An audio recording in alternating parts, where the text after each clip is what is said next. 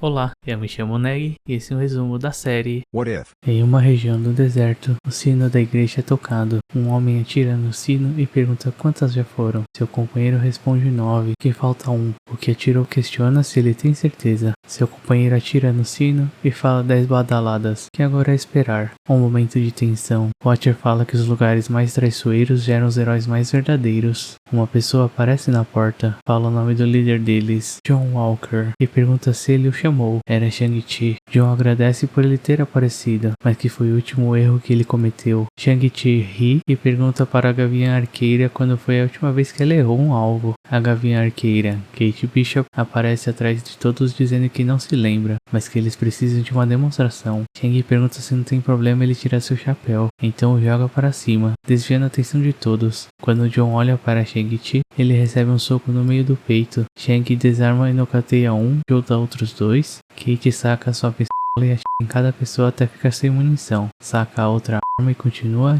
atirando. Shang chuta o revólver de um bandido para Kate, que usa para atirar nos que estavam no segundo andar. Shang derruba mais homens e joga suas armas para Kate, que as pega e as usa, acertando a arma dos outros. Eles continuam lutando até que todos os homens da igreja foram derrotados. Shang pega seu chapéu e o coloca de volta. John se arrasta para tentar pegar um revólver.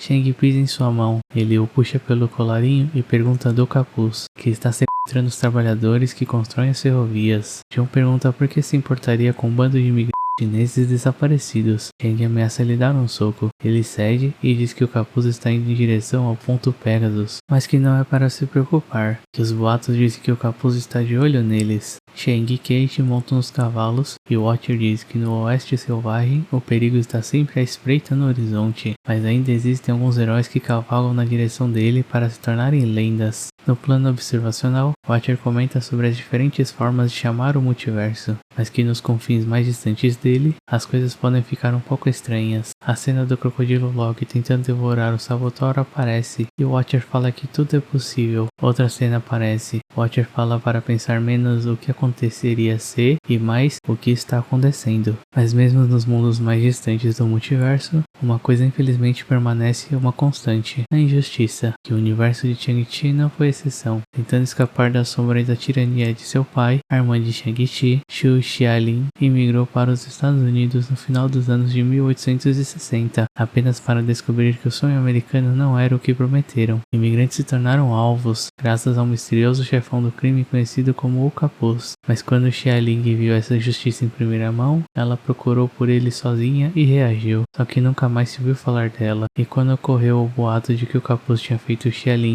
e os vizinhos de refém, ninguém se importou em procurá-los, exceto Shang-Chi. Desesperado para encontrar a irmã desaparecida, ele uniu forças com Kate Bishop, que tinha seu próprio ressentimento contra o Capuz. Juntos, eles se tornaram uma fábula da fronteira. Shang e Kate chegam aos destroços de uma cidade. Ele diz que o Walker estava certo, mas chegaram atrasados novamente. Kate diz que o Capuz deixou a propriedade de sua família da mesma forma, sem sobreviventes e nenhuma pista para rastrear. Shang diz que estão se aproximando e irão encontrá-lo. Ela diz que quando encontrarem, ela mesma garantirá que ele seja morto. Shang se lembra que precisam que o Capuz fale onde está a irmã dele antes. Um garoto pede ajuda, caindo de joelho perto deles. Eles se aproximam da criança, perguntando se ele está bem. Kate oferece água para ele e pergunta seu nome. O garoto toma grandes goles e responde, Jun Fan. Kate pergunta o que aconteceu. Ele diz que tentou tocar o sino para chamá-los, mas o Capuz foi mais rápido. Shang diz que está tudo bem, e Kate fala que eles podem ajudar, mas precisam saber o que ele viu. O garoto fala que seu pai contava lendas dos heróis da fronteira, que lutam por quem não pode lutar por si mesmo, até o Capuz aparecer. Ele levou todos em um trem fantasma e foi para aquele lado. O garoto aponta. O garoto se arrepende por ter se escondido. Shang diz que ele fez bem, que eles irão assumir agora. Jun diz que irá junto, que quer dar uma lição no Capuz, e começa a demonstrar movimentos de luta. Shang o elogia. Kate diz que é uma trilha tênue correndo pelo solo do deserto, que leva direto para os vales em Fury Flats. Shang sugere irem pela rota das montanhas. Kate conclui que os alcançarão na passagem. Eles chegam à passagem. Após esperar por um tempo, um trem aparece ao longe e eles vão até ele. Kate pula no último vagão. Chang joga o garoto para ela. Ele nota a tecnologia que move o trem e então pula no trem. O garoto chama a dupla e olham para onde ele estava olhando.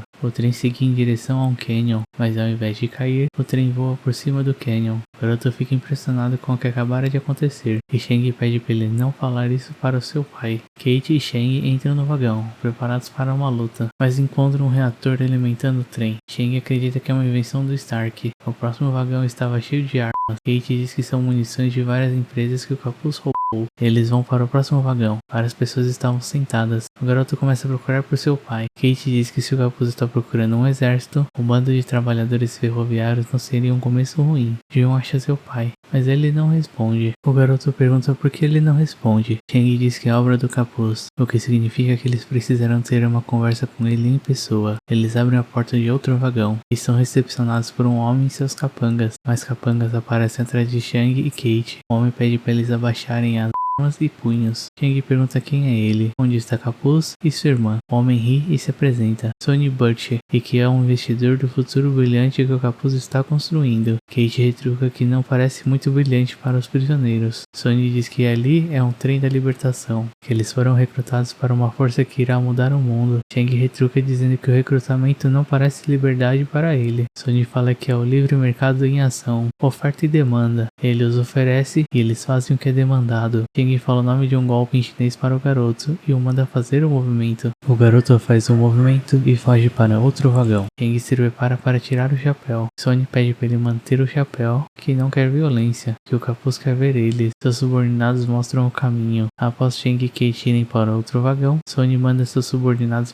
para o garoto. John sobe no topo do vagão e Watcher diz que ele foi inspirado por Chang a ser herói de sua própria história. Que tragédias podem acontecer até com as almas mais corajosas. Um dos capangas pega John. Watcher fala que não dessa vez e faz um gesto com a mão. O capanga que segurava o garoto começa a ir para trás, esbarrando no outro e ambos caem do trem. Watcher fala que às vezes até o mais corajoso dos heróis precisa de um empurrãozinho. O trem chega a uma estação no meio do nada e Sonny diz que é a chance dele conhecer o capuz. Os capangas de Sonny apontam suas armas para Kate e ele diz que ela não, que o capuz quer falar a sós com o 10 anéis. Chang diz para ela não se preocupar, que ele irá guardar um pouco para ela. Kate diz que estará com ele em 1 minuto. Chang vai até o meio do lugar iluminado e pergunta onde está sua irmã. O capuz aparece e responde que isso vem com um preço, que Chang provou ser um adversário digno e pede para se unirem. Chang diz que nunca se uniria a ele. O capuz fala que ele nunca descobrirá o que aconteceu com a irmã dele. Chang diz que arrancará a resposta dele. O capuz pula em direção de Chang e eles começam a lutar. O capuz acerta um golpe em Chang, ele se recupera e volta a trocar golpes. Então acerta um chute. O capuz se afasta e fica invisível. Sonny diz que isso é assustador, que lhe dá arrepios e abre seu relógio de bolso e começa a tocar uma música. Ele olha para Kate e começa a fechar os olhos. Chang procura pelo capuz. Um leve amontoado de neve observava por trás, mas logo some quando Chang se vira. Kate balança sua cabeça. Sonny pergunta se ela se sente um pouco tonta. O capuz aparece atrás de Chang, acerta um golpe nele e volta a ficar invisível. O capuz aparece de novo, ataca Chang e fica invisível. Ele aparece e ataca novamente. Chang pergunta o que é ele. O capuz responde que eles poderiam ser aliados. Sonny fala que é uma cantiga hipnótica, que ele adquiriu essa tecnologia de persuasão em um trabalho que fez na Rússia. Kate deduz que é assim que ele controla os trabalhadores. Sonny diz que a música gruda, que é preciso tapar os ouvidos antes que fique enraizado na cabeça. Chang fala que ele precisa parar isso. O capuz pede para ajudá-lo, que podem mudar o país juntos. Chang recusa. O capuz acerta mais golpes nele. Sonny diz que o tempo está acabando para Chang, que ela não conseguirá salvá-lo, assim como não conseguiu salvar toda a sua família. Ele os ouviu chamando por ela, que não foi o capuz que matou os pais dela, mas sim ele. Chang sente a presença do capuz vindo por trás e contra-ataca. Ele dá um chute que tira o capuz do capuz, revelando seu rosto. Xia Ling. Chang fica surpreso e confuso. Ele diz que ela havia sido sequestrada. Xia Ling diz que o capuz pensou estar indo atrás dela, mas ela quem estava indo atrás dele. Ela o derrotou e roubou seu poder. Sonny fala que a fortuna dos pais dela financiou esse empreendimento, mas estaria mentindo se dissesse que os matou por negócios. Ele achou muito divertido. Xialing diz ser a heroína da história e pede para ele se juntar a ela para salvarem essas pessoas. Shang diz que ela está as escravizando, que não pode deixá-la fazer isso. Xialing diz que então não poderá deixá-lo vivo e ataca com sua arma. Shang desvia por pouco. Ela balança a corrente, prende na perna de Shang, o puxa e pula para cima dele. Shang, no chão, desvia dos golpes de sua irmã enquanto pede para ela parar. Ele a chuta para afastá-la. Shang diz que ela está sequestrando gente inocente, distorcendo suas mentes. Ela diz estar a salvando, transformando-os em um exército que lutará para que o país se torne aquilo que lhes foi prometido, e ataca com sua arma. Shang pula entre as correntes e volta a trocar golpes com sua irmã. Ele a agarra e diz que não foi por isso que ela veio. Ela diz que se ele não quer vir, ela o obrigará a vir. Se solta e chuta Shang, e cai no chão imóvel. Tony diz que é um homem que tenta apreciar as próprias matanças, e matá-la com a arma da própria mãe seria poético. Shang se aproxima de Shang e diz que é a última chance dele para mudar o país, salvarem seu povo. Shang se recusa, dizendo não desse jeito. Shang diz que ele morrerá. Jun olha em volta procurando algo para ajudar e vê o sino do trem. Shang levanta sua arma e se despede de seu irmão. O sino do trem começa a tocar. Sonny pergunta quem está tocando o sino. O hipnotismo começa a se desfazer. Kate pega a sua arma de Sonny e mira as duas nele, que puxa seu subordinado para levar o tiro em seu lugar enquanto foge. Shang ataca. Shang pega a arma. Kate atira em todos os capangas de Sonny. Shang corta a corrente com a lâmina da arma. Apenas Sonny havia sobrado. Ele tropeça e cai de costas, soltando o relógio. Kate o quebra pisando nele. Ela mira a arma no Sonny, que pergunta se ela iria atirar em um homem desarmado a sangue frio. Kate diz que a morte seria misericórdia, que ela quer vê-lo sofrer, e dá uma coronhada nele. Shang baixa a arma e sua irmã fala que ele não pode vencê-la, que é para acabarem com isso, que ele precisa lutar com ela. Shang recusa e joga a lâmina aos pés de sua irmã. Ela manda ele lutar com ela novamente. Shang se aproxima dizendo que não irá jogar o jogo dela e que sua irmã nunca mataria seu irmão. Shang diz que não é mais irmã dele. Ela pega a lâmina e se prepara para atacar. Shang apenas se ajoelha de braços abertos. Ele diz que sua irmã sempre foi sua heroína, que ela sempre foi mais forte que ele, mais corajosa que ele, que ela é sua vida e sabe que ela está em algum lugar dentro dela. Shang o chama de tolo. Shang responde que ele é seu irmão, que a ama. Shang hesita e ao atacar, leva vários tiros, caindo no chão sem o capuz. Shang grita não. Fumaça saía da arma de Kate. O manto cai suavemente na neve. Shang corre para sua irmã. Kate fica surpresa ao ouvir Shang chamando o capuz de irmã. Shang toca o rosto de seu irmão e o chama. Então sua mão cai no chão. Shang a abraça. Kate pede desculpas e diz que não sabia. Shang diz que Kate não a